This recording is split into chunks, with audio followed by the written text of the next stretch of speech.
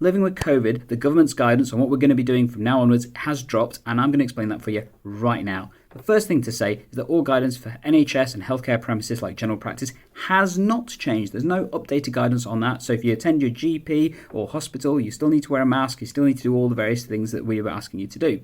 However, from today, the 21st of February, if you work in education or childcare facilities or you're a student there, then in most places you no longer need to do testing if you don't have symptoms twice a week. So the whole LFT stuff, you don't have to do any further.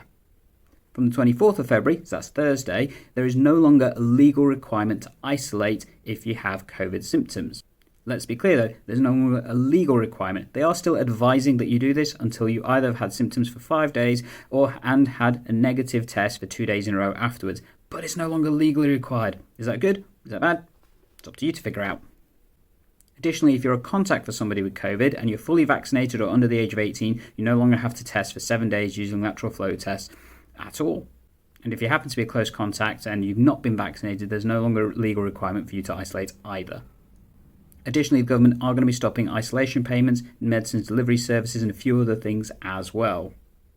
Contact tracing will also be stopping, including the requirement to test or isolate if you are a contact, as well as the legal obligation for you to tell your employer that you're having to self-isolate. So that's gone as well. The next big change comes on the 24th of March when all provisions for statutory sick pay and employment support allowance regardless of COVID will be stopping, so you'll no longer get any additional payments for those reasons. It will be in line with the normal kind of processes. And then the final date where things continue to change will be from the 1st of April. April Fool's Day! From the 1st of April, all forms of voluntary COVID passes, for example NHS COVID Pass, will no longer be needed. And there'll be updated guidance on what to do in terms of minimising COVID transfer. And there will no longer be the provision of free universal testing for asymptomatic and symptomatic people in England. It's not clear whether that will still apply to certain areas like healthcare and stuff. That information is not clear at this point. There'll be further consolidation of guidance for businesses and other places. And there'll be the removal of the health and safety requirements for employers to take into account COVID for their staff, including any risk assessments and things like that. And as a result of that, they'll be updating all the guidance when it comes to working safely and stuff.